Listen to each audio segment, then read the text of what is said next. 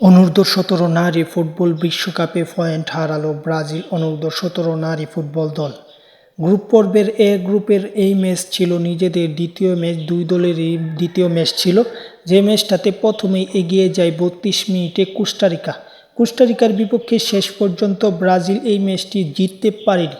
ম্যাচের প্রথমার্ধে ১-০ লিড নিয়ে বিরতিতে যায় কোস্টারিকা এবং বিরতি থেকে ফিরে দুই দল একের পর এক আক্রমণ করলে কেউ যেন গোলের দেখা পাচ্ছিল না।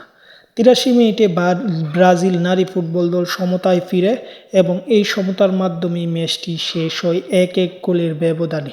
গ্রুপ পর্বে এখন পর্যন্ত দুই দলই এবং ৪ দলই ২টি করে ম্যাচ খেলেছে, যেখানে ১ পয়েন্ট পেয়েছে কোস্টারিকা এবং তারা আছে পয়েন্ট টেবিলের ৩ নম্বরে, এবং ২ ম্যাচে ১ জয় ১ ড্রয়ে পয়েন্ট টেবিলের ২-এ আছে ব্রাজিল ৪ পয়েন্ট নিয়ে, এবং ৬ পয়েন্ট নিয়ে ইতালি আছে গ্রুপ টেবিলের শীর্ষে। এবং ব্রাজিলের সামনে গ্রুপ পর্ব পেরোতে হলে অবশ্যই ইতালির বিপক্ষে ড্র কিংবা ম্যাচটি জিততে হবে, কেননা কোস্টারিকা পরবর্তী ম্যাচে মরক্কোকে হারাতে পারলে বড় ব্যবধানে ব্রাজিলকে টপকে নকআউট পর্বে যেতেও পারে।